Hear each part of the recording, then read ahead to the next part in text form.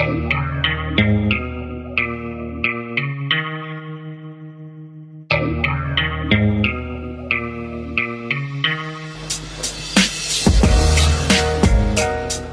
and welcome to the Warrior Strength Cast. I'm your host, Lauren Green, and I'm here with my lovely co-host, Shannon Green. And then the monster in the middle, Big G Unit. Hi. 85G unit. 85G unit. People, I don't know why, but the amount of questions I get about my Instagram, people always ask me, is it G unit or gun it? It's fucking Really? G unit. Really? Yeah, like, what the? It's G unit. Gun it. Gun it. Mate, gun it would have two ends for one.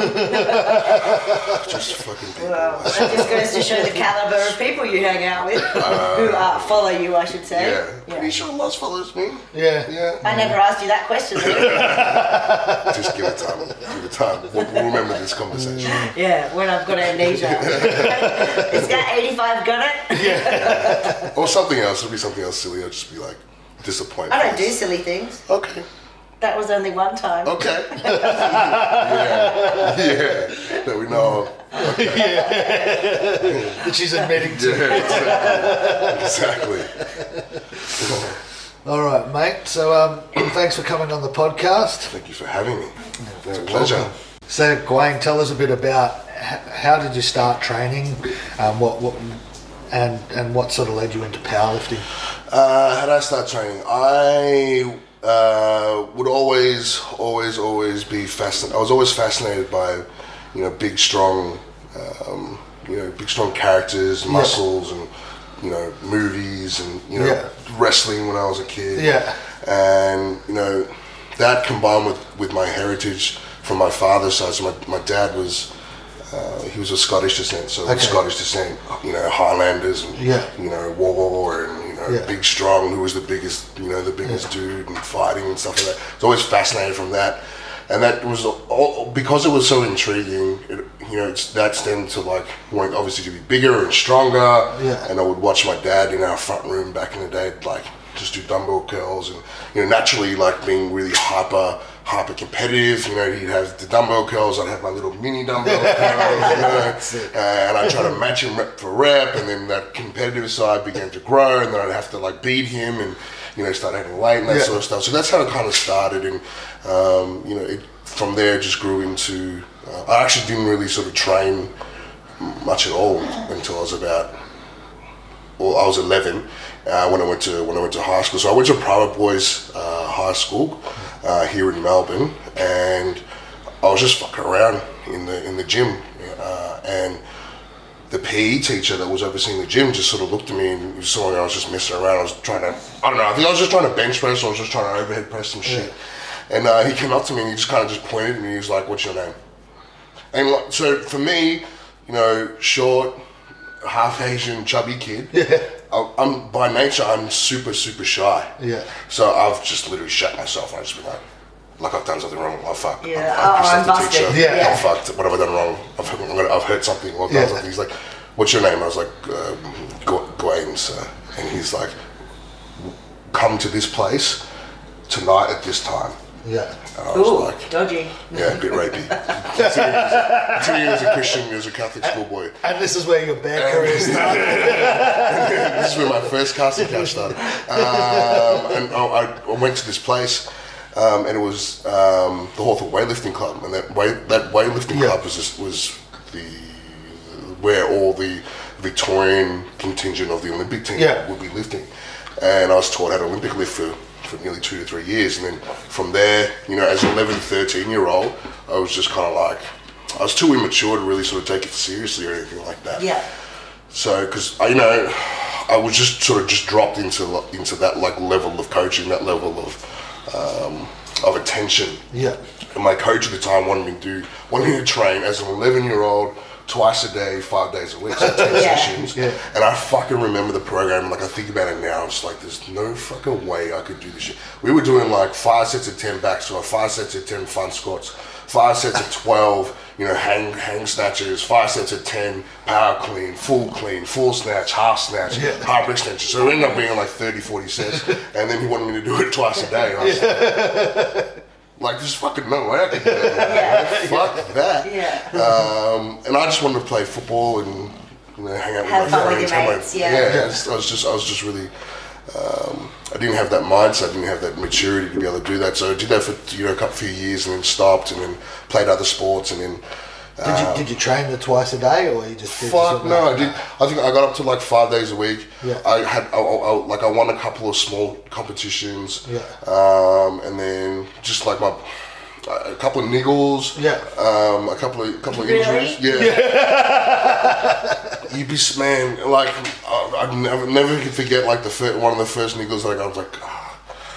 My, because like he's Bulgarian, he was a gold medalist or a silver medalist at like 21 in Bulgaria. Yeah. So like he's a fucking god in Bulgaria. It's just like, man, my elbow's really sore. Like I can't. Yeah. And he just sort of looked at me like disgust. It's like the same look that I give to people. And they're like, I can't do this. I'm just like, you fucking weak piece of shit.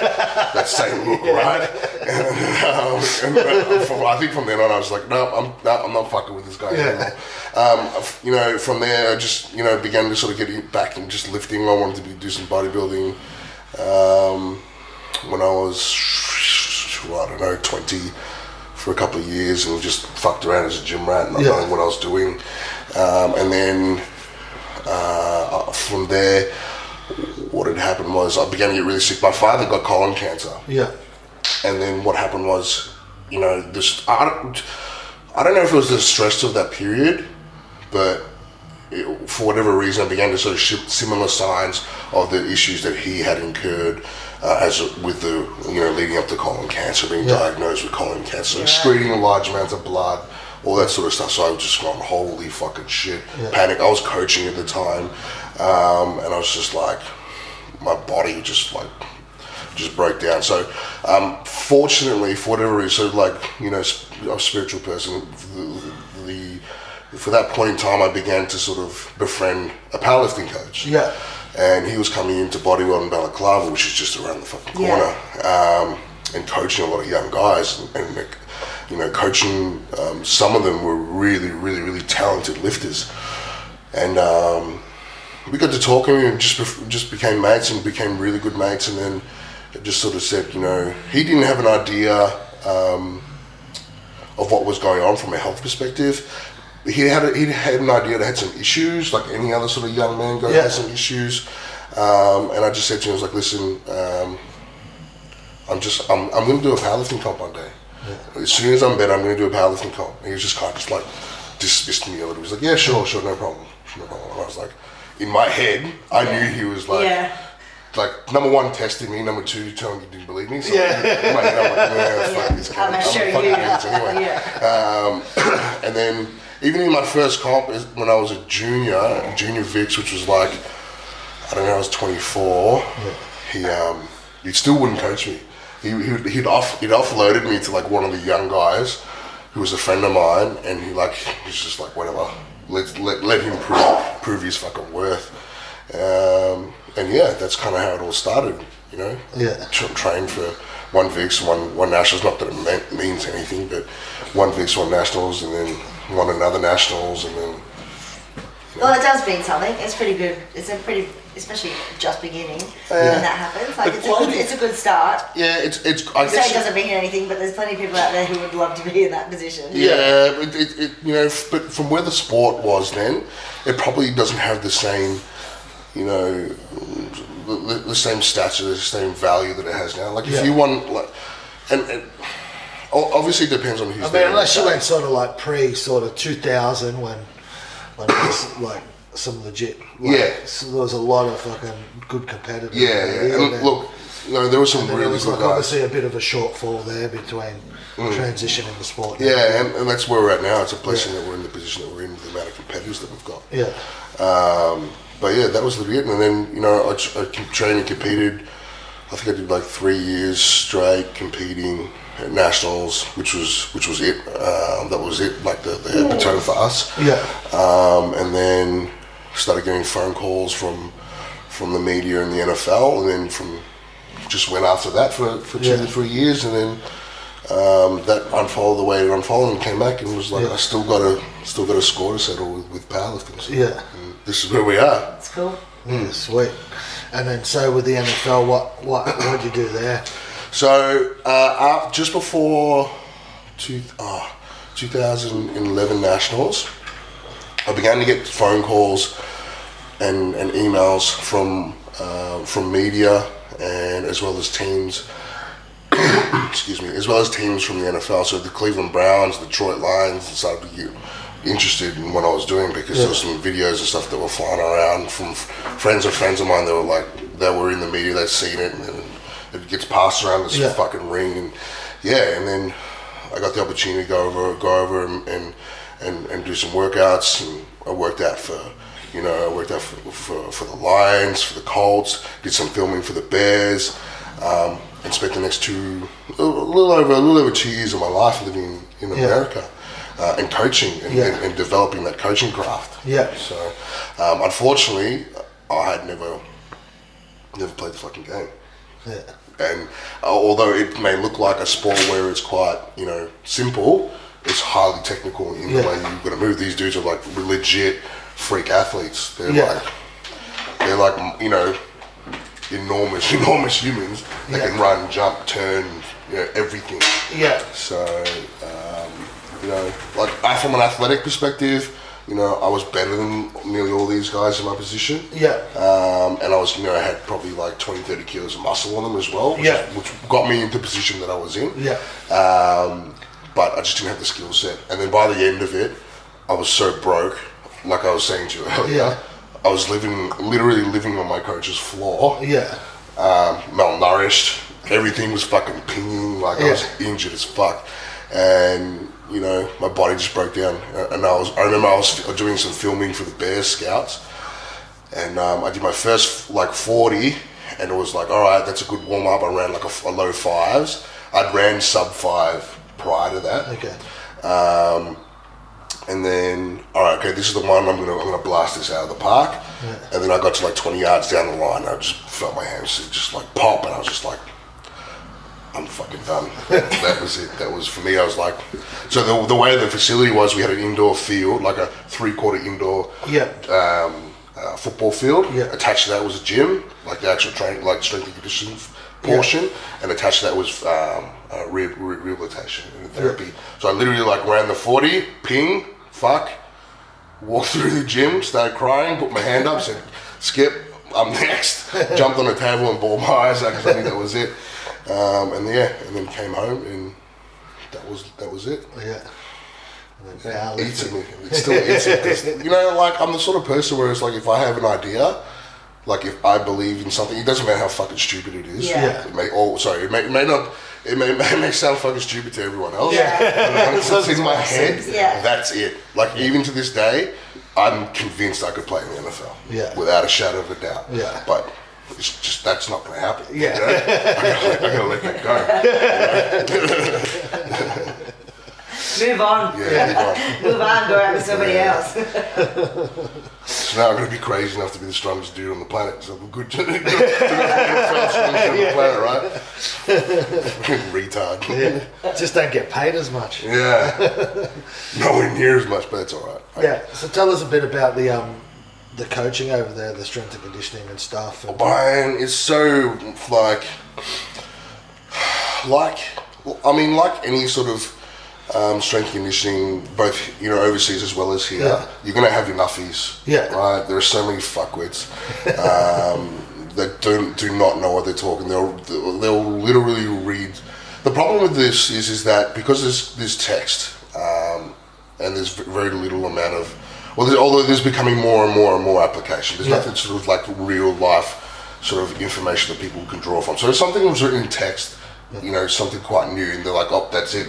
Yeah. That's the be all end all. But nothing's really applied to it or anything like that. It's just fucking stupid.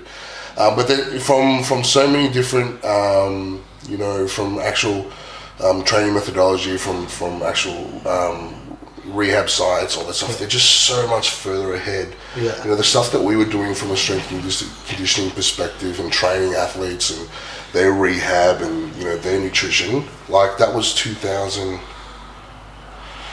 I don't know, 2004, 13, 2012. Like we were saying yesterday, I'm only seeing this now. Yeah. So if that's like, call it 8 years, they're 8 years ahead of us. Yeah. Why the fuck aren't we doing it? And then we still have retards doing a fucking personal training course trying to teach people how to deadlift. And no, I know what I'm doing. I've done a fucking course. Shut the fuck up.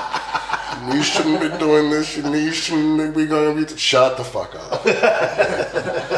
So they're really advanced. And the one thing is that I've noticed, one thing that sort of delineates from them is that, you know, when they apply themselves to their craft, and they could be fucking wrong. Yeah. They're passionate about what they do. Yeah, they're all in. They are fucking all in. Yeah. They're all in with knowledge, all in with what they're doing. Yeah. Whereas here it's just like you have like a real small sample of the population or strength conditioning, you know, experts, you know, professionals. They're really, really passionate. Yeah. They're seeking. They're hungry for knowledge. But you know, that's it. The rest are just fuckwits. Yeah. You know, they're just like, I've done this. I've read this saw this on YouTube. Yeah. This is it. Yeah.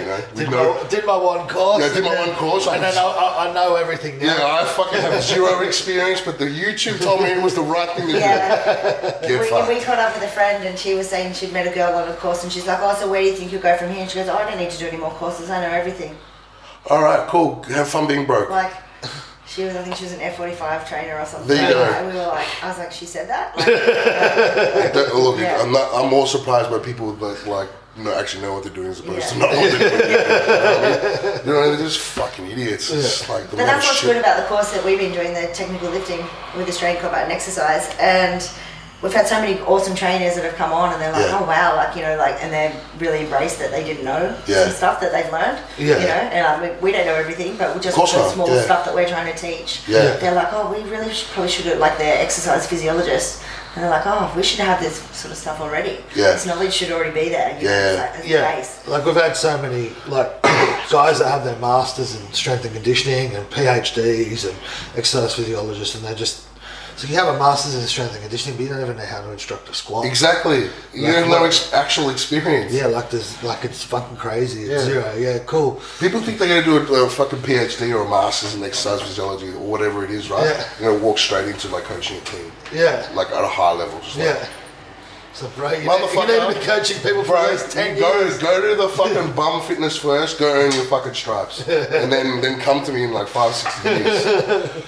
But even then, too, you've been coaching people for like 10 years. You don't even know what you don't know. Nah, that's the thing. Like you need to have an element of. It's like with so many different things in life. You need to have an element of humility, where it's like, all right, like I'm confident in my ability to do things, but you know, I also need to have an element of humility where I need to be able to be coachable myself. You know, and take on information so I can refine my craft. Because some, you know, like maybe this idiot has, you know, read a book that I haven't, or read some text that I haven't. I'm going to pick up a little something. Yeah, you can learn something from everybody. Yeah, from everybody. Doesn't matter what it is. Even if maybe you learn what you don't want to do. Exactly. I was literally just going to say, even if it's like, oh yeah, cool, thank you very much. Because all the time I'll get people messaging going, oh, why do you do this the way this is? Because you should be doing this.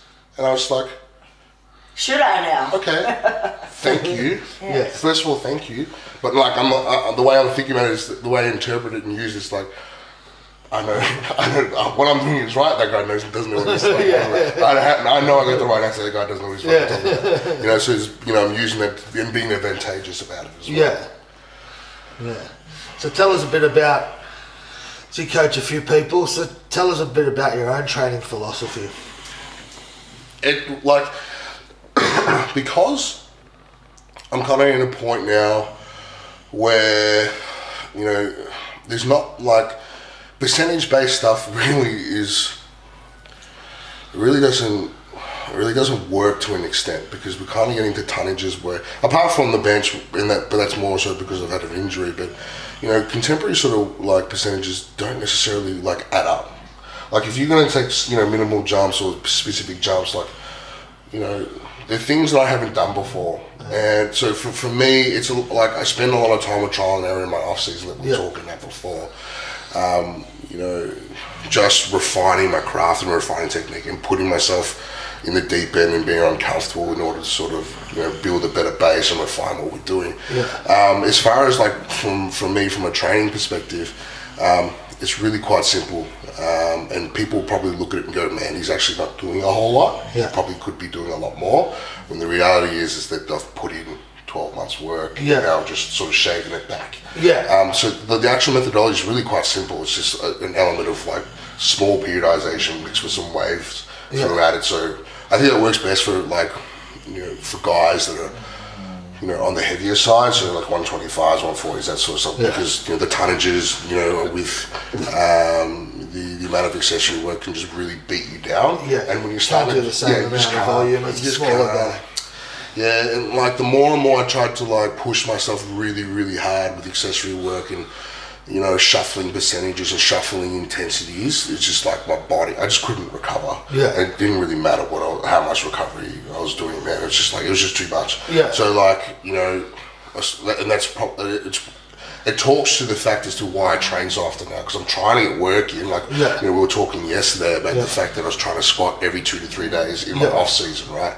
I'm trying to get that, that work in, that production in order to sort of shave it back and build off that, as opposed to just trying to get it through it on a 14-week prep, 16. So basically, not fucking coming to you and going, I got a comp in 16 weeks. I want to do a 16-week prep, and it's like, hang on, where's the other fucking 6 months of for actual training that you should have done for that 16 weeks to then be your peak? So exactly right. Put all your base work in, and then basically fucking refine in the once you get to that sort of peak. Right. Yeah, it's exactly right. And for me, like and I say this, and it sounds like a wank, but it's not me putting myself on a pedestal. But I feel that like at the level that I'm at and the level where I need to go, like there's.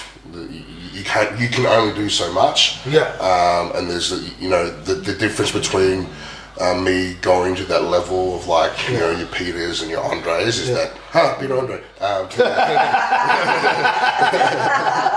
Peter and Milanichev is being smart and not busting my guts now. Not busting my guts 4, 6, 8 weeks ago. It's that 12 months of preparation into that. I think that's what a lot of normal competitors miss. That you just 16 weeks is not really time to build anything. Fuck no. You need to be spending another 36 weeks before that, or another 16 weeks at least before that, building all the hypertrophy work, the volume work, because we can't build that volume when we're trying to get heavier, and then obviously more sport specific or competition specific movements. You're going to end up getting fucking overuse injuries from that as well. So you need to spend time away from that, getting enough volume in, so then you can go in and then obviously relearn those lifts to a degree, refine them, like you were saying yesterday with your wrap squats. You need a bit longer in wraps to get back in the groove. Exactly right. We need to remember there's such a big element of specificity around that. Like what we were saying about yesterday was the fact that I put myself in a position where I was fucking really, really, really strong. Like like a 380 or 390 in bare knees, which is really fucking strong, right? But I didn't allow myself enough time to refine and adjust to go into that wrapped prep. But how are you going to know that unless you fucking try it, right? Well, that's it. Where are you going to find that in a textbook? It's like with a lot of things, with food and training, like, and obviously at that level is like, what do you do? Who the fuck? How many people do you know that have done studies on dudes that are squatting 1,000 pounds? Well, that's obviously limitations of studies and training studies, and people are like, oh, where's the research on this? I'm like, you can't. It's so hard to isolate and change all those variables, and then obviously get an advanced lifter and then program for them. Like this guy, like training hasn't changed much in the last fucking 50 years. It's had a million different name changes, and people have made some money off it. To a degree, it's the fucking same. Like they're taking the stuff that the Russians fucking been doing forever with weightlifting, applied it to powerlifting, or the American way that they done with, obviously it's more of a hypertrophy based system, and it hasn't really changed though. Like it's just the same. And I don't know, people are trying to quantify too much shit with research and stuff. It's like, we know it works, we don't need to know why. People we already know that it fucking works. Man. People just they're just trying to validate themselves, and or just lay claim on something. They're just trying to validate themselves and make themselves like put themselves on a pedestal or sell some bullshit. So man, whatever. It's like we're saying yesterday how you got, as we were speaking, like you've got a CPAP and everything. We're talking about that, and you're saying you got to a 400 kilo squat with bad sleep and going out every weekend and stuff like that. Yeah. But I think like a lot of people don't put any credit in that. A lot of lifters, like you'll get people, they sort of get disheartened when their program starts going nowhere. Yeah.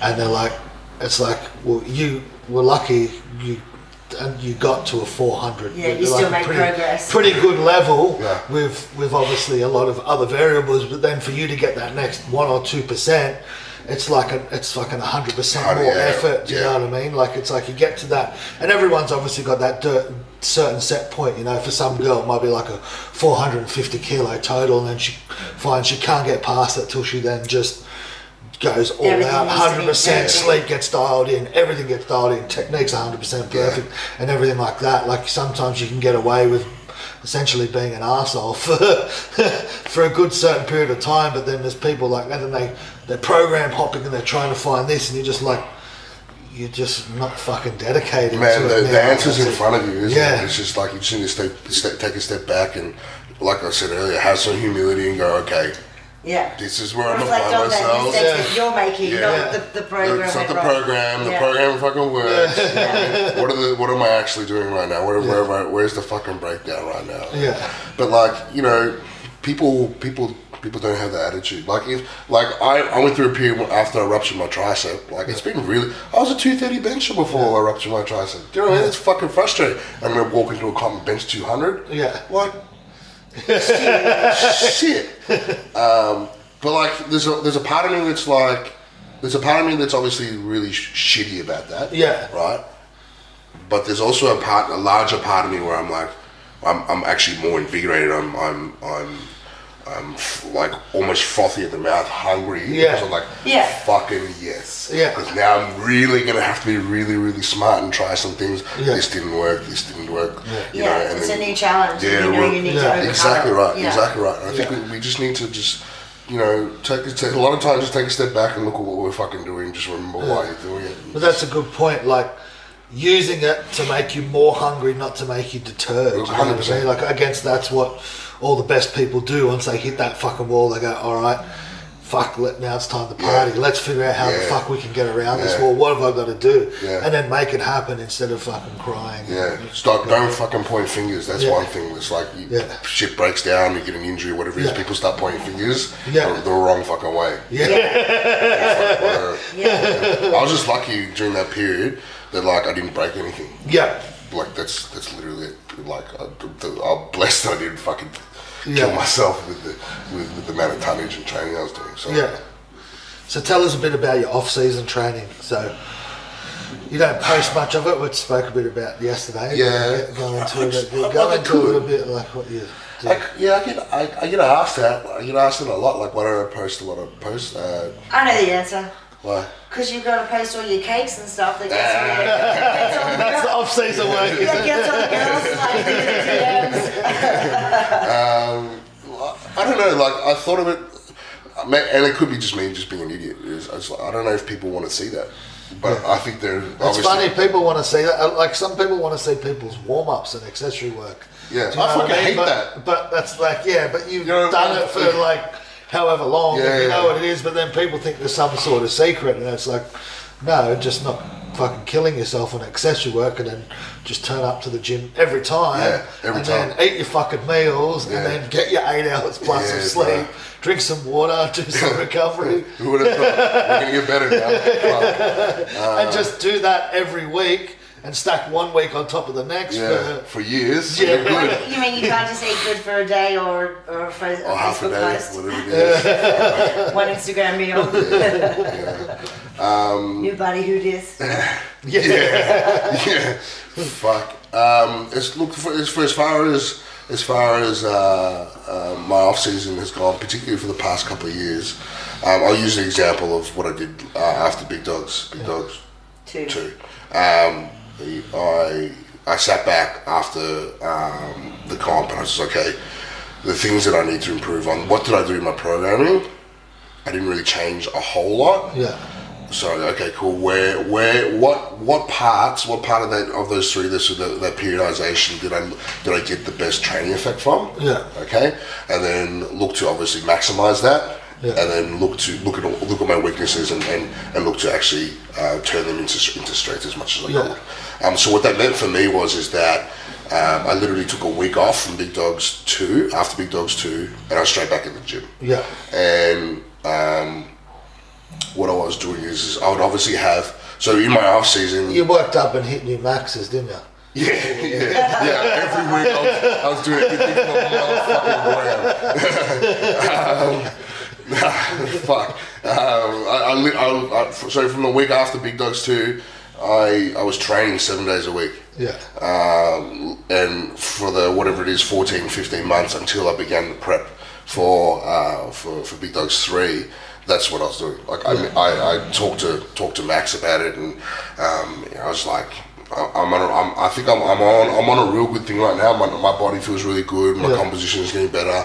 I'm getting, like, my weaknesses are starting to sort of just turn in my direction a little bit more because I put that effort in. So 7 days a week. I think I missed in the 14 months 4 or 5 days out of 7. It's fucking awesome. But like it's strategic though. Yeah. Do you know what I mean? Like it talks to like where my body has gone for 2 years. Yeah. You know, like if you looked at how I looked, you know, when I won the Arnold, the amount of muscle that I carry now, it's a different fucking story. Yeah. You know? And it's only a matter of time before I continue to refine what I'm doing. Yeah. And I'll go up a level. Yeah.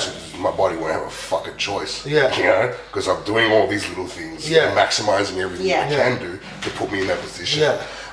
So specifically what I was doing is I was trying to squat every sort of 2 to 3 days and just sort of reading how I felt. You know, I'd essentially look at my deadlift day as a squat day, and then just whatever I felt were my issues with the deadlift, I would add those accessory work and then periodize the accessory work. And same goes for the bench stuff. So I was benching every sort of 3 to 4 days. 4 days was really good for me. But even then, because I probably pushed a bit. The reason why I fucked up with my bench twice in this 14 months, I just pushed myself a little bit too hard. You know, bench is one of those things you can't force as much as a squat. And that's what I was trying to do. I was just trying to force. I'd probably let my ego get a little bit too far ahead of myself because numbers were starting to go, whoa, fuck, yes, here we go. Can't wait for Big Dogs 3 prep. Let's fucking go, all of you. And then just like body, just like, that's what happens. You know, you do it, you hurt yourself when you're at your strongest. It's like, well, I fucking deserve that. You know, so so I was benching every 4 days. I was squatting every sort of 2 to 3 days, and then whatever days that would fall in between, I would just sort of read how I felt, and then sort of based off what I did, you know, the previous couple of days. Okay, cool. Like I feel like I'm good. I'm going to do some extra upper back stuff, focusing on like middle trap, lower, you know, rumble weights and things like that. That obviously help my bench to get in that position, more speed off the chest, all that sort of stuff. So all those sort of things, like it's going to be an upper back focus, or it's going to be upper back and rear delt focus, or it's going to be an extra triceps. So that was just like a smaller, like hypertrophy session. Yeah, exactly right. So. Exactly right. So, and that's just how I built it. Yeah.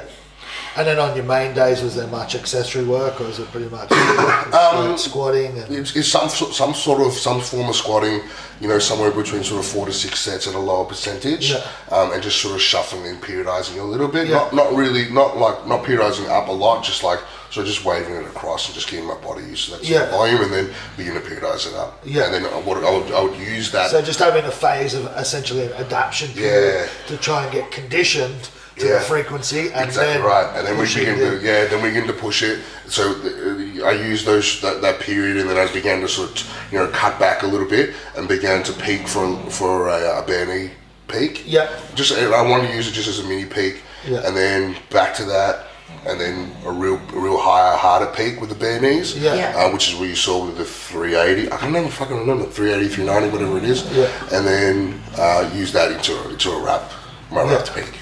Cool. Yeah, and it worked, obviously. It was working real well. in retrospect, I would do essentially the same thing again. I'd probably do less bare knee stuff, and I wouldn't work up to a single.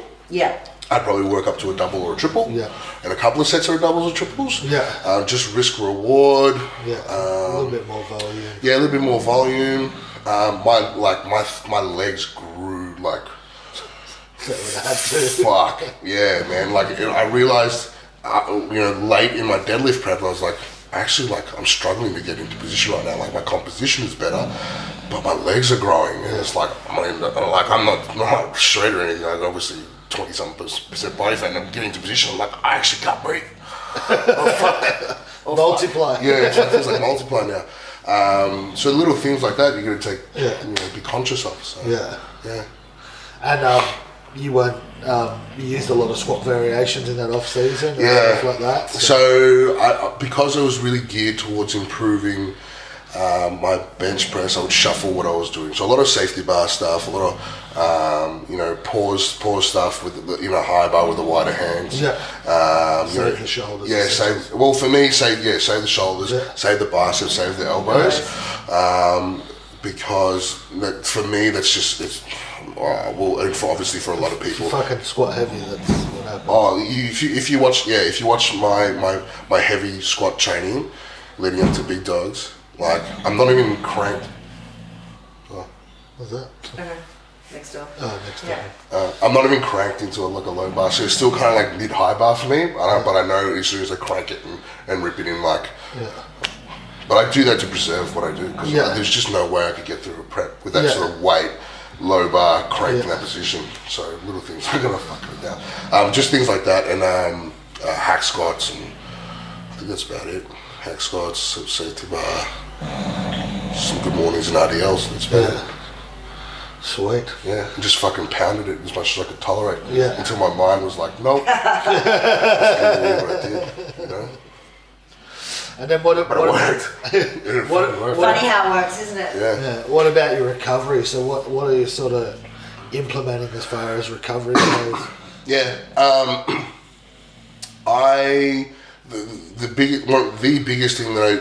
biggest difference that made was more investment in my sleep from when I won the Arnold, where it was 2 years ago until now. Like that's where the majority of my investment has gone. Particularly, obviously, the time and all that sort of thing. Really, sleep improves recovery. Yeah, who would have thought? Who fucking would have thought? Magic. Yeah. And it's something like like an expensive supplement too. Fuck, I would pay anything to get 8 hours sleep and not wake up. You know what I mean? Like if I knew I'd get 8 hours sleep and I took a pill and I'd have deep recovery sleep, fuck you, take my wallet. You know what I mean? Like, but people just don't see the emphasis on it. I don't understand. So fucking whatever. I'll keep doing what I'm doing. It's amazing what a good night's sleep. How much you'll be beaten to shit. You have a real good night's sleep, and the next day it's like I feel great. Let's go. I can handle this right now. You know. So getting a CPAP was obviously really good. Really good. I was saying to you yesterday, like my sleep apnea was so bad that like it was beginning to create anxiety problems and issues with blood pressure and issues with my heart and things. So it legitimately it drove me to the point. I was waking up in that prep for the Arnold. I was seeing someone at the time and she'd be like, "What the fuck?" Like, because I'd wake up every 90 minutes, every 2 hours. She'd be freaking the fuck out, and I was just like, I actually don't want to live anymore. It's just what I have to go through. Like my anxiety was so bad during that period that like I couldn't like put my head under the shower. Oh fuck. That's how fucked up it was. Because it was like I'd have to hold my breath. But if I felt like I was going to hold my breath for too long, I was going to fuck. And because obviously also the steam from the hot shower, I was like, I can't breathe. I'm going to have a fucking panic attack in the shower. So I'd be showering with my head outside the fucking water. You know what I mean? Like for like 8 weeks or whatever it was. Then I was like, I just can't do this. So I got the CPAP, and that obviously really helped. Really helped. It massively helps. I know it helps with Shannon. I mean, it helped my sleep because he wasn't snoring anymore. So that was one. But for him, massively. And we've had the same conversation with Sean Bostock. Oh, okay. Sean as well. He's just like, get a fucking the stories CPAP. that he said about what he was like as well. Like just driving and just like he was like, fuck, asleep while he was could have killed myself or someone else. Or killed someone else. He was just falling asleep. But like I was just My thing was fucked up because my nose is damaged from kickboxing, so they wanted to. He put the camera in there, and I had like all the checkup and everything, and he's like. The guy's like, we can do the surgery as well. He goes, but really, he goes, at your size, he goes, at your size anyway, he goes, fuck, you're going to benefit from a CPAP. Yeah. He goes, once people get sort of over that 105 with the fucking thick neck, he goes, it's a fucking... Yeah, it's a weird thing, like, the body is obviously an amazing thing. Like, you look at someone like Critter as well, who sleeps with a CPAP, he's 70, 80 kilos, sub 10% body fat or whatever it is, needs a CPAP. You know, my ex partner, she was 45 kilos, she has sleep apnea. You know, and she's like a rake. Yeah, it's not all dependent on your size. But that's obviously a big factor as well. Yeah, 100%. Yeah, but now, 180 kilos, I have no fucking neck and upper chest and just it's fucked. You know, so, but like, again, it's just an element of humility for people to go like, no, your sleep is fucked. You need to do this right now. If you're in a position where like you want to be good at this, man. Even if I didn't have like really bad sleep apnea, the how much it's actually positively affected my recovery, I would fucking get one anyway. Yeah, fuck it. If it's gonna help my recovery 1%, 0.5%, sweet. I'll spend the 2-3 grand. Fuck it, because I know I'm gonna have a better night's sleep, and that accumulative work over a period of time is what's gonna make me better than you. So fuck you.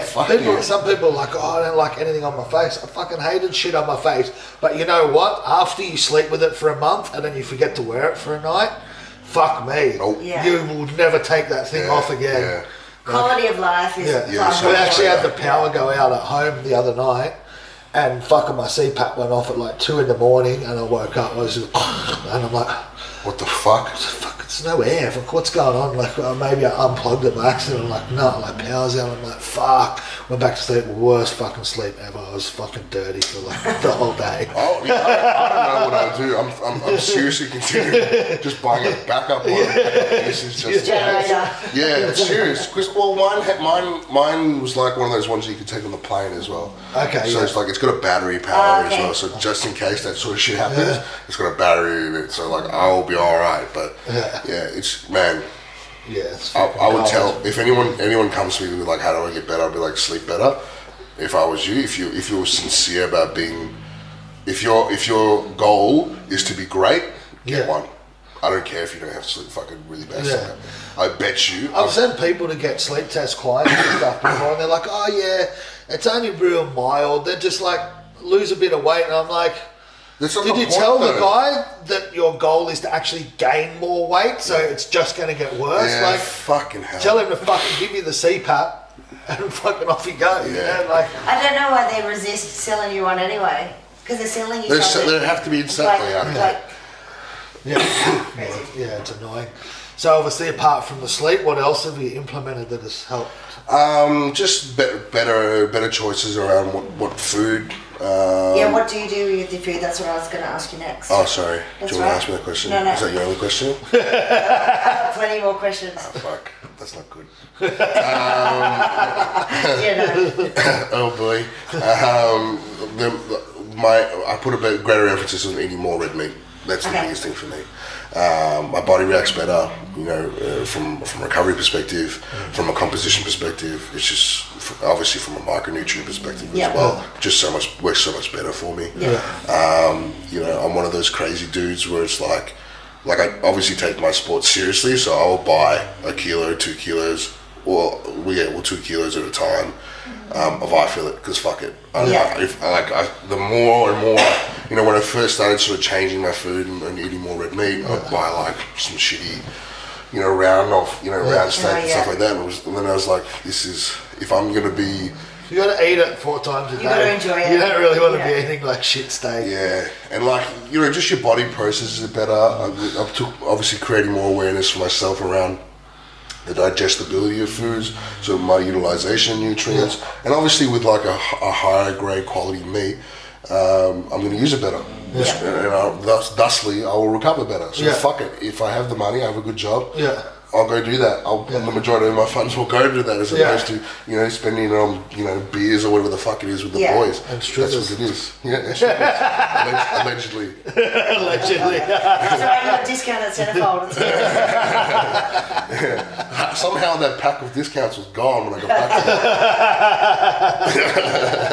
back. So just like the quality of meats, and the other thing was further investment into my recovery. So one thing I began to do a lot more of is contrast therapy. Yep. And there's a lot of schools of thought around it. I fucking swear by it. Yeah, I love it. Yeah, it's. And what do you mean by that? Do you do hot and cold and mix the two, or do you? Yeah, so I do. You got a place out here that you go to. Yeah, a friend of mine owns like a recovery centre out here out in Berwick, and they have just like some cold tubs and hot tubs and tubs and magnesium tubs. They used to have a sauna. So what I would do, like they recommend, and this is me probably being a moron, but they recommend 3 minutes all in a circle. So like 3 minutes hot, 3 minutes cold tub, 3 minutes mag, and just cycle it. So what I would do is I go, okay, 3 minutes is not long enough for me. Yeah. I would end up doing like 3 rounds in each one, and I'll just go hot and cold, 9 minutes each time, and do like I would do rounds of that. So at the beginning of a prep, I would do say 3 rounds of that, so 9 minutes each time, and then as I gradually get deeper and deeper into the prep, I'd actually, like anything else, I periodize my fucking recovery. So shit gets heavier. You're not only periodizing your training and your food, all that stuff, but you need to do it with your recovery too. So that's exactly what I was doing. So instead of like 3 rounds, by the end of the prep, I was doing 5 or 6 rounds. And that worked $1 million for me, particularly from a joint perspective, inflammation, sleep, all that sort of stuff. So we got at the gym, we've got a spa with some magnesium in it, and then we've got a cold plunge. It's not like refrigerated cold, it's warm, it's just room temperature cold. And then we've got a sauna as well, so we jump in that a couple of times a week as well. It's so good. Makes a big difference. Man. Even if it's just the time to mentally chill out and switch off as well, sometimes can just be a fucking goal. So I've been doing it for a couple of years now, and I just obviously take note of how my body reacts. So like, there's been a couple of times where I'd have, I was being conscious of the fact like, okay, don't go do your recovery. See how you go on your heavy session. So the way I would go is trial it. Just to see how the difference. I would normally go in on a Sunday, do my recovery, spend like half a day doing my recovery, and then the next day I would squat heavy. I would literally test like how things were moving, vice versa. So like if I did the recovery as opposed to I didn't, and then how that training session, and it's just significantly better. Just the speed, obviously also the mental awareness and cues and things like that. But what also is something that we don't think about is the recovery then on. Do you know what I mean? If I'm better recovered now, I'm going to recover better from that. Because fatigue's accumulative. Exactly. So it just adds up. Just because you're sort of recovered doesn't mean you're 100% recovered. Exactly. And then 3 weeks down the track, you're like, oh, why the fuck am I not hitting numbers? Because you didn't sleep for fucking 3 weeks, or you didn't do your recovery, or you missed meals back then. Fuck, and just because you're going to go do some massage, it doesn't fucking work like that. Fuck. So how often would you do that plunge pull? Are you doing that every week or a couple of times a week? So exactly it's exactly like what I was saying. So I would periodize it. So I would start at the beginning of the prep once a week, 3 rounds. So what's that work out to be? Whatever it is. And then as I get closer, I would do 2 to 3 sessions. Okay, cool. And that last 2 weeks, I would actually do 3 sessions. Okay. And then that was it. Yeah. I would use that. The guys there are saying that I could do it the day before, but I'm always a little bit like, I don't want to fuck with shit too much. So I normally do it just the day before. Sorry, the 2 days before. And then allow myself to recover and super compensate. So. Yeah, sweet. And do you do any, what else?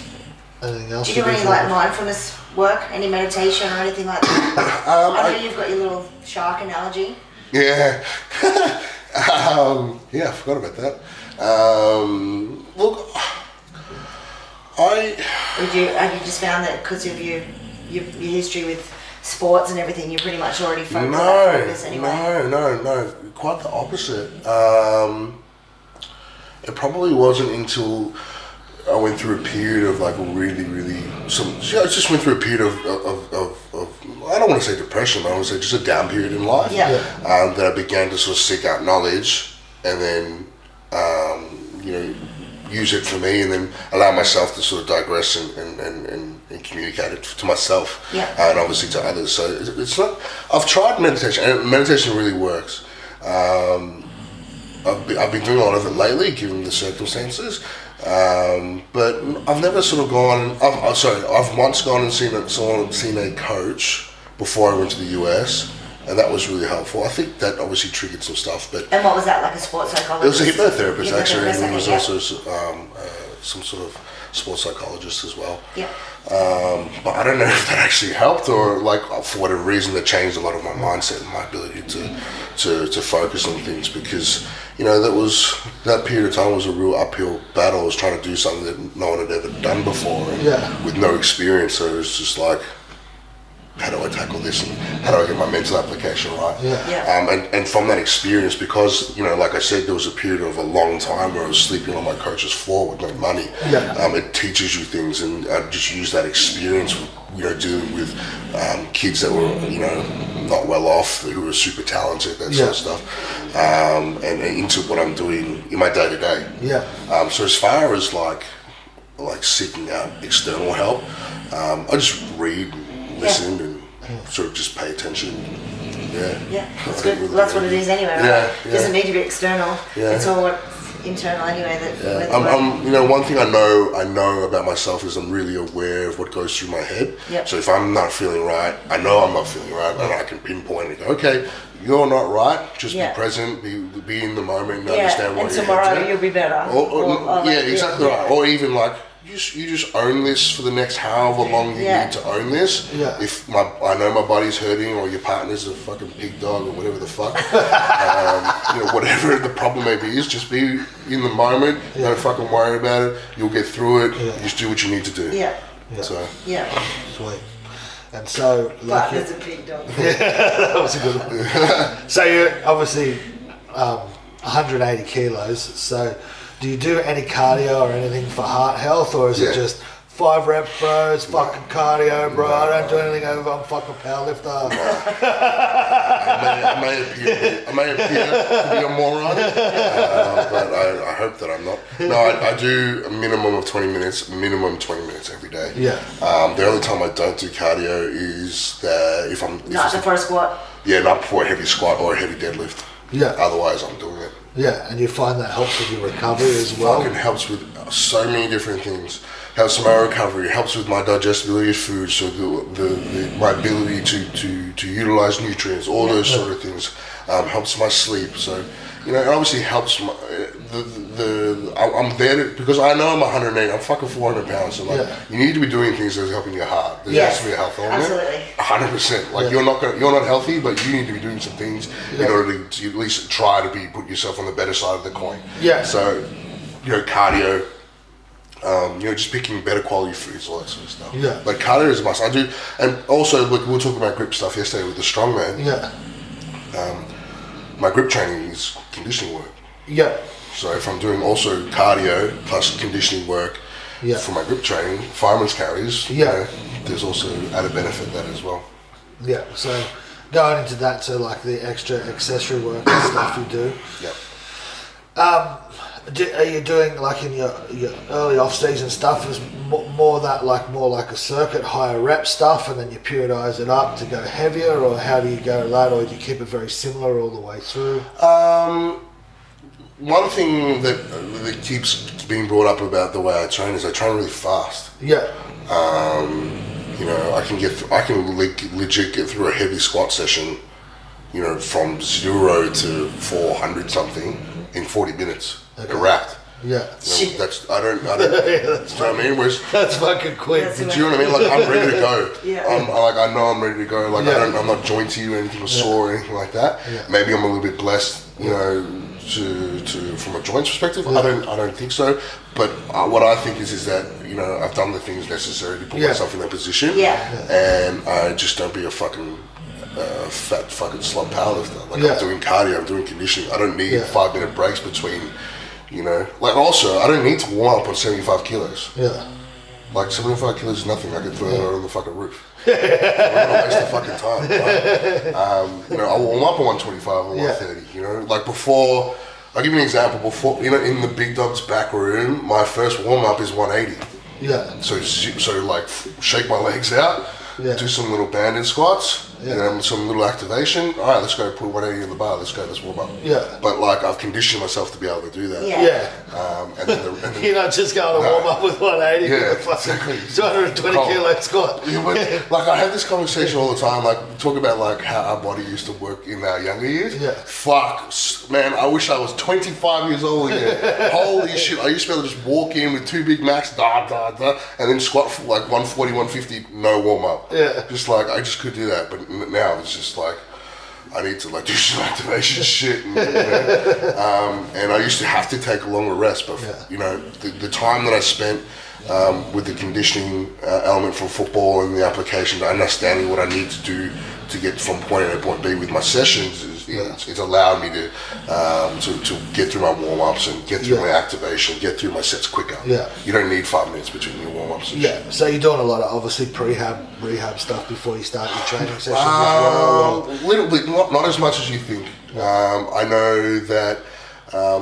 Because it all goes, I do little bits and pieces with the bands. You see me squat with bands. That switches my shit on really, really well. But there's the thing with me is that like I've done a lot of recovery stuff leading up into that. Leading up into that squat session, right? Yeah. So I'm not necessarily getting down and rolling things out because I know you're not beaten up. Yeah, I'm not beaten up. I know I'm ready to go. I've put myself in that position. I've done the things the days and the weeks before that to get to that position. So I don't need to spend a fucking hour rolling. Yeah. I don't need to spend an hour, half an hour stretching because I know I'm ready to go. I'm nimble. I'm here to do my job. Yeah. You doing any unilateral stuff like single leg stuff and stuff like that? I used to do a lot more unilateral work because I know that this left glute doesn't fire as well as the right one. Yeah. But what I did is that I just began to, I used that idea and that problem and I would use the bands. Yeah. Okay. Yeah, sweet. But whenever I get younger people asking for advice, it's so you've also done a lot of years of that and obviously sport training and then obviously being diligent with recovery and stuff like that. You got less injuries that you have to deal with essentially to try and fucking battle before you go and warm your squat up. Exactly right. Exactly spot on. Yeah. So just keeping your body right before you start training. Yeah. It's what it is. It's being a fucking pro. Yeah. If you want to be great, you need to treat yourself like a professional. Yeah. Yeah. Right. I don't want to be number 2. I don't want to be the second best. I want to be the best. Yeah. Right. So I need to treat myself in my application, all those things, whatever it is, as the fucking man. Yeah. Isn't that strange? Wow. That you need to prioritise things like that. But so many people are like, oh, I want this, I want that, and then they just can't even. Oh, I can't commit to a diet. Yeah. People put it like, oh, I wish I was as dedicated as you. Well, what, you say that you've got the same goals as me. Yeah. Then how come you don't have the dedication? Yeah. Just fucking cook the meal, store the meal, eat the meal. Yeah. Just don't deviate. I can understand when you're like 25 maybe, but if you're like fucking 28, you're in the 30, you're fucking grown up. Yeah. Like you pay rent, you've got a fucking job. Like you go, like fucking people like whinge about changing diet or a few meals. It's like, fuck, relax, cunt. You go to work half the time you don't even like going to work, and you do that every day. Exactly. I'm sure you can eat a fucking meal, like seriously. I'm sure you can do an extra fucking set. Like calm down. Right? Like I'm sure you can do. I'm sure even worse. I'm sure you can go to the gym. Right, I don't have time, man. Who doesn't have fucking time? You don't have an hour? Yeah, seriously. Look at people that run multiple businesses that have a lot of time and 3 kids, and they make it to my fucking gym, you know what I mean? And you're telling me you work 9 to 5 and you have no kids and you can't fucking make it to a gym. Yeah. Man, relax. You know what? Just fuck you. But that's where it comes down to, okay, well then that's not your goal and let it go. Like if you want to compete and have fun in powerlifting. Yeah, don't make the excuse, just say it's not my goal. You know, like, that's fine. There's nothing wrong with that. It is fine. That's cool. It's absolutely fine. Just know that that's what, like that you've got to sacrifice for one or the other. Yeah, maybe that looking back at yourself and where the limitations are. Yeah, and people don't want to look back at themselves, especially 2018. The millennials can do no wrong. No hard work. Another one that really frustrates me, and like I don't know why I take this personally, but for whatever reason, it really irks me. I remember I was talking to a lifter, or she was lifting. And she was just picking my brain, and I was like, so, you know, you've done a couple of comps. What's the goal? What are you trying to do? She's like, oh, I want to lift, but I don't want to take drugs, so I'm not going to compete. What? Yeah, I don't want to take drugs. I was like, what do you mean? And she's like, yeah, see, all these girls that are really good, they all take drugs. I don't want to do this. I don't want to do that. I'm like, you're actually a fucking moron. You're not ever going to be good at fucking anything with that attitude. So I was just like, okay. Yeah, it's not about fucking taking drugs. It's not about taking drugs. No. Like, you know what I mean? That's fucking so bad. Fuck, there's guys fucking in the gym that weigh 70 kilos that are taking more drugs than some fucking pro bodybuilders, and they still look like shit. Yeah, it's not about the fucking drugs. If all of us on the big dog stage didn't take drugs, I tell you what, it'd probably be the same fucking lineup. Yeah. It'll be the same fucking podium. Just probably fucking 50 kilos It would just be 20, 30 kilos less, right? That's the only thing. Fuck. People just don't get it. Whatever. Fuck, it is what it is. Yeah. So, clients, so do you take on any clients, or you're not really, or you're selective? Not really. Or I'm super selective. Like one thing is like I don't need the money. Yeah. Like it has to be something that really challenges me. Yeah, that you want. You really want to do it. What I really enjoy doing is this public speaking. Yeah. Which is weird. Yeah. Because like I said earlier, super shy. Super shy. But like the way I look at it is that it's an opportunity for me to grow. Yeah. And make myself uncomfortable. Yeah. And by doing that, I'm sort of overcoming that issue. Yeah, so it's just another challenge. Yeah. So I get asked to speak at work. I get asked to speak at different events overseas and things like that. Yeah. So it's fun. You're doing a lot of it now too as well. It's awesome. Yeah, and it's something I never was like. Yeah. Like, what do you mean? Like, we want you to come and motivate our staff. I was like, since when did I become such a wanker? Yeah. Since when did I become that fucking guy that was like motivating people? All right, everybody stand up. Yeah. The reality is, those conversations go with like, you're a piece of shit, you're fucking lazy, this is why you're not doing it, wake the fuck up. So it's, I don't know, like I really enjoy that, and I'm beginning to do a lot more of it both here and overseas, which is sick. And I'm very grateful for that. But as far as like actual coaching goes, like man, the amount of questions and coaching advice that I give anyway, I may as well just be a fucking coach. You know what I mean? The amount of like effort that I put into other, which is fine, right? The amount of effort and energy that I give to other people, from a training perspective, from a looking at film perspective, it's a fuck a lot of people. So it's just like, but like, and this is just me. Like, I don't feel like I should take money for that. You know what I mean?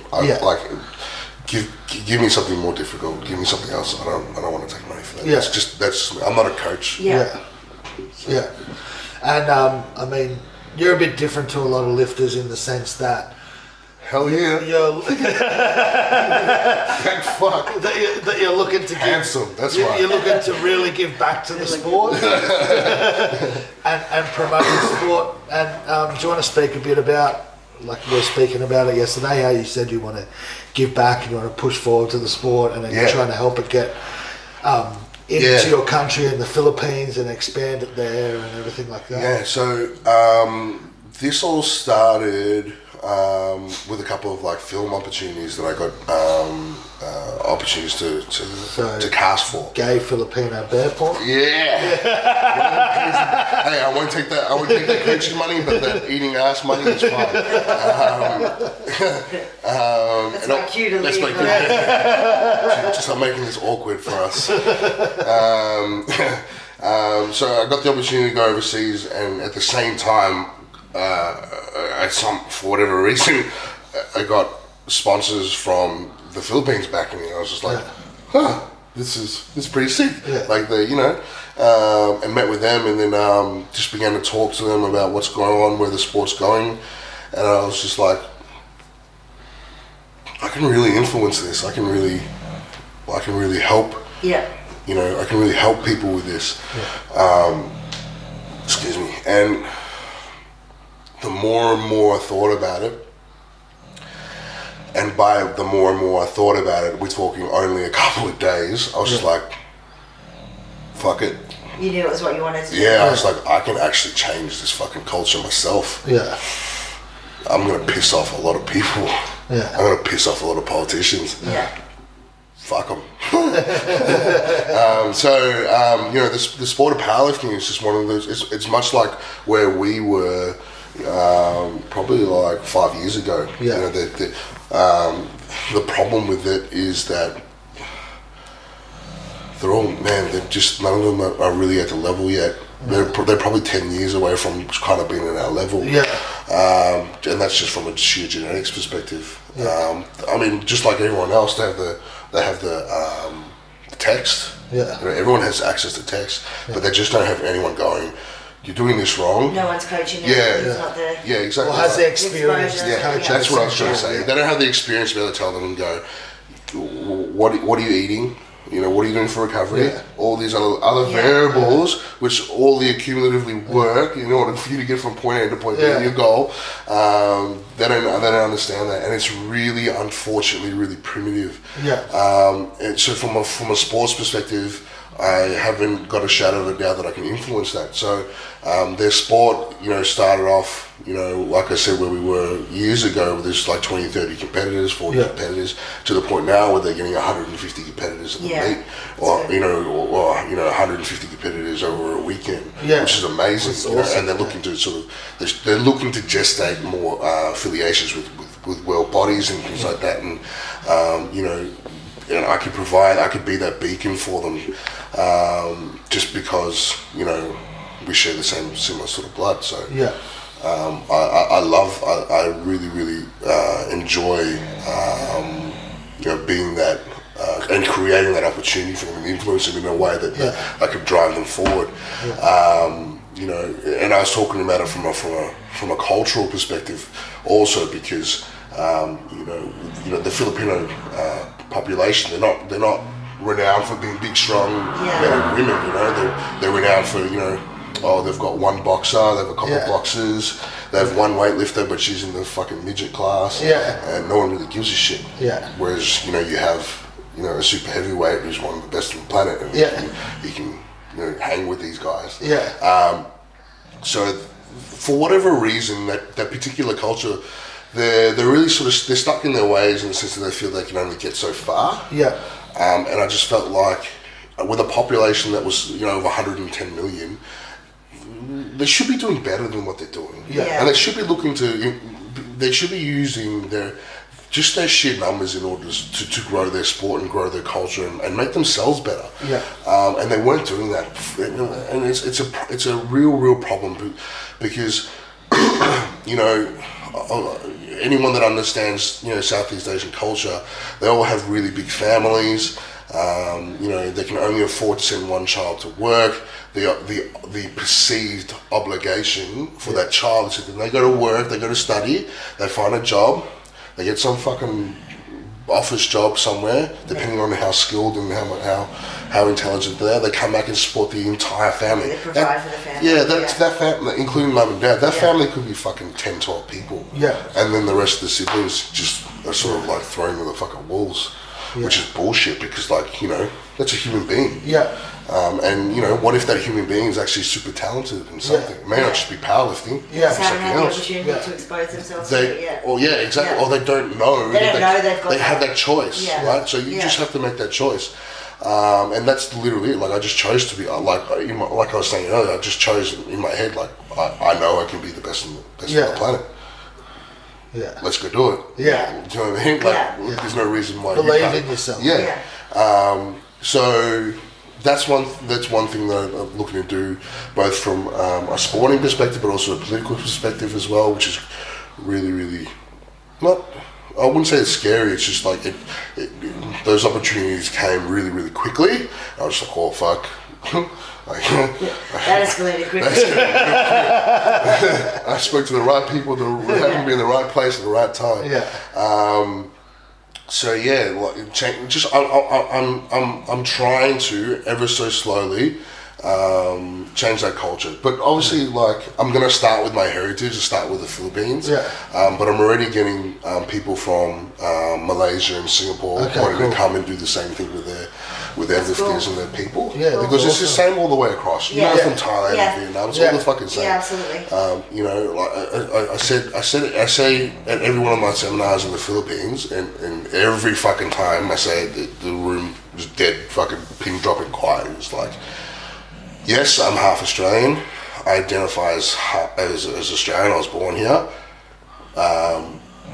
There's nothing racial or anything like that. But here's, let me digress some data for you. Yeah. You know, there's what is it, 25 million population of Australians. There's 110 million population of Philippines. We have, 20 gold medals, call it, 15, 20. Yeah. You have one. Yeah. You know what I mean? Yeah. That's fucking wrong. Yeah, the balance isn't there. That doesn't make sense. Yeah. So obviously there's a problem with their, like we were saying, their experience and their coaching. Because everyone's got access to text. It's that experience in order to get, low-level athletes or medium athletes or whatever it is to the fucking next level and reach and exceed their potential. Yeah. But, there are a lot of, obviously, some problems. People would think, it's third world country. They don't have access. Man, they've got access to funding. Yeah. I'm telling you, they have access to funding. It's just the motherfuckers at the top. They siphon the cash. Yeah. That's the fucking problem. So what I'm saying, I'm going to piss a lot of people off.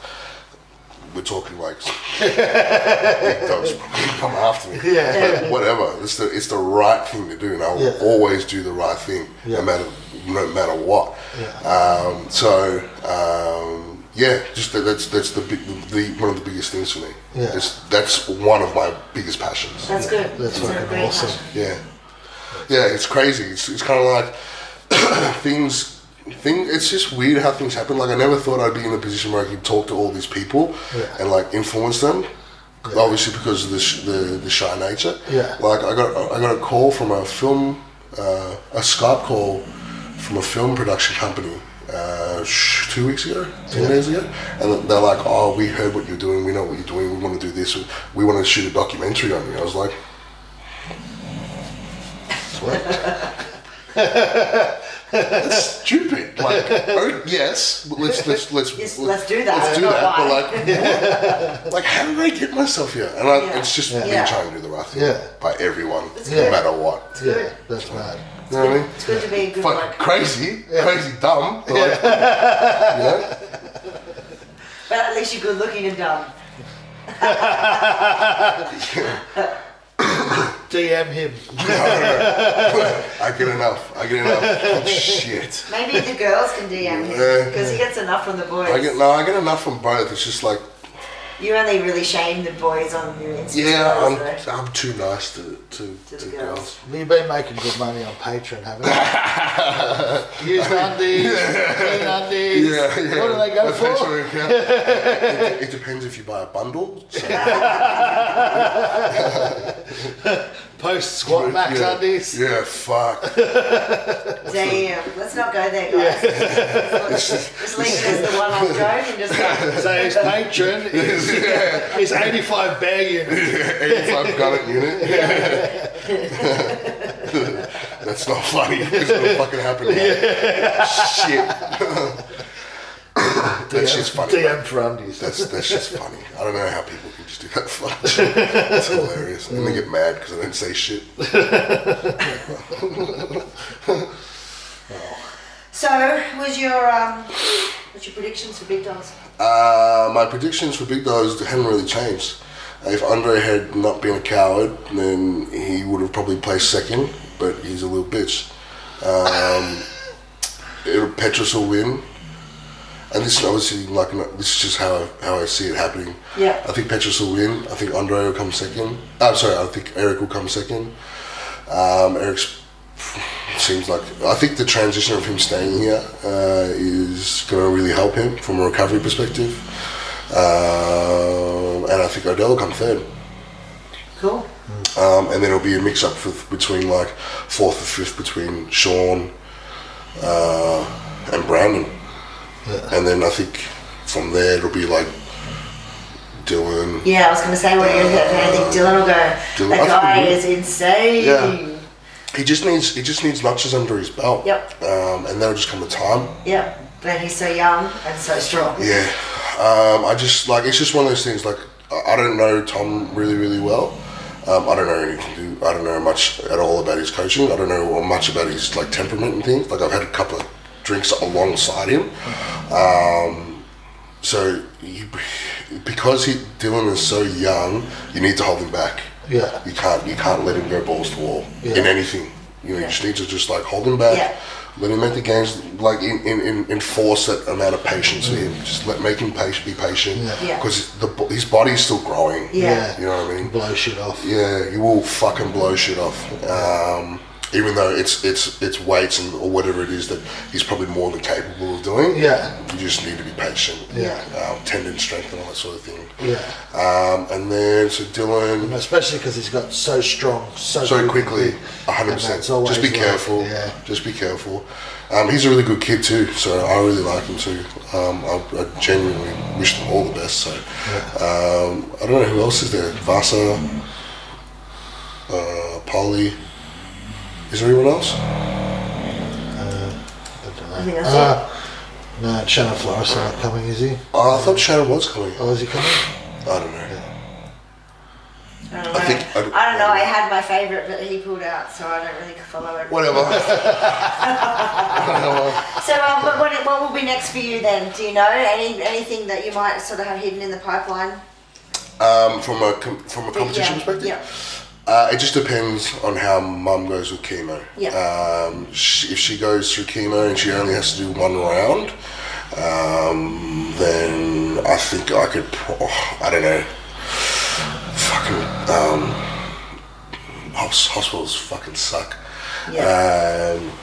If she has to go, like we have an appointment with our oncologist on the 22nd, and from what I understand, like once you have that appointment, it could be literally a couple of days later, depending on how like busy they are, that she starts chemo. If that were to happen, I could probably, so long as she's okay, I could probably most likely do the Arnold. I'd love to do the Arnold. Just because I like what they do from a branding perspective, I like what they do from a promotional perspective. Yeah. I just don't like the fact that it's such a long day. Yeah. That's shit. Yeah. That's the beauty about big dogs. It's just 3-4 hours. Bang, let's go. So probably the Arnold. If I don't do the Arnold, and God forbid that not anything bad happens. I don't know after that, because I'm unsure of whether or not there's going to be another big dogs, so we'll have to see. Okay. But like, I just like the way I look at it now is it's just, I want to compete, like I need to compete. Yeah, yes you do. I need to compete, but I also at the same breath I'm trying to marry it up with like bang for buck. Yeah. Because I have sponsorships, because I need exposure, because I have film companies calling me and messaging me and things like that. I need to put myself in that position. Yes. So would you consider doing any of the overseas comps or like that, or? I would do. You know what? I would do WRPF just to go after Andre. Yeah. But like. US Open, WRPF Worlds or something. Yeah, but like I would only do it just to do it because it's Russia and because I don't think Andre will come back. US Open looks shit. Yeah. The organisers are shit. Sorry, whatever. Fuck it. It's okay. Tell us how you really feel. But like, what are the big comps after that? There isn't any after that. Yeah, you got Boss of Bosses, and then there's Record Breakers as well. Yeah. I've considered doing maybe a comp in a like a Record Breakers or a Boss of Bosses maybe. I'm lucky that you know, I've talked to one of my sponsors who lives out in Iowa about it, and they're just like, yeah, come, let's do it, let's go set it all up. Yeah. You know, from a branding perspective as well. But we'll see. Like like I was saying, we were talking about earlier, I'm just sort of just like being aware of where I'm at right now. Yeah. I haven't been in the gym really. I've done one session where I walked in and did 4 sets of push downs and 4 sets of skull crushers, and then walked out. And then another session I did a full bench session, which was sick. And then like 2 days ago I walked in, I worked up to a 185 squat, loaded it up, squatted it, felt like nothing, put 230 on, and I was like, nah, I'm good. I'm just literally like, I'm going home. Yeah. But like, I Yeah. just need to, you know, as soon as I found out Mum needed chemo, the fucking fire just would zip. Yeah. Like someone switched the switch off. Yeah, absolutely. And like, you know, Understandable. Which like it does. It's not essentially going to be the priority, is it? yeah. Excuse me. And for me, like I know the way I apply myself and the way I attack training and I attack the things that I do, like I need for my head to be right. Yeah. If my head's not right, I'm fucked. Yeah. Yeah. Yeah. Because I'm not a super. You're a half-ass. Yeah, Yeah. I can't half-ass shit. I'm not like really super hyper aggressive by nature. Yeah. Like Yeah. a lot of the guys that I notice are like really aggressive and they're just like, I'm gonna fucking do it anyway. I'm gonna take everything. I'm like, nah, I'm a little bit more, you know, I'd like to think, I'm a little bit more chill, a little bit more cerebral about it. Like the way I apply myself and, you know, the things that I do. Yeah. You know, from a recovery perspective. Yeah. I don't name any of those guys that do the same shit as me. Yeah. You know, we'll see in 3 years who's Yeah, that's it, Yeah. It's just one of those things, you don't know that mileage is fucking bad on your body till it's fucking too late. You know? until you're fucked. Yeah. You know, it's way too late. Right? So, yeah, I'd like to do something overseas with one of my sponsors, but we'll see. We're blessed, aren't we? Like we've got the 2 best comps on the planet. Yeah. Pretty lucky. Yeah. Really well run, you know. Yeah, it's everything. It'd be cool to do something in front of Arnold again. Yeah. That'd be funny. Yeah. With a little more weight on my back. Yeah. Yeah. Yeah, cool. All right, mate. Well, thanks for coming on the podcast. Thanks for having me. It was fun. Yeah. I hope it was fun. Lux Fireworks going off right as we're saying goodbye to you. Yeah. We teed that up just for you. Yeah, I organised that, mate. Yeah. You're definitely getting laid. Whether you like it or not. I don't take all right, mate. Thanks. Thanks for having me. See you, guys. Appreciate it. Thank you. I'm going to give one more cheek squeeze.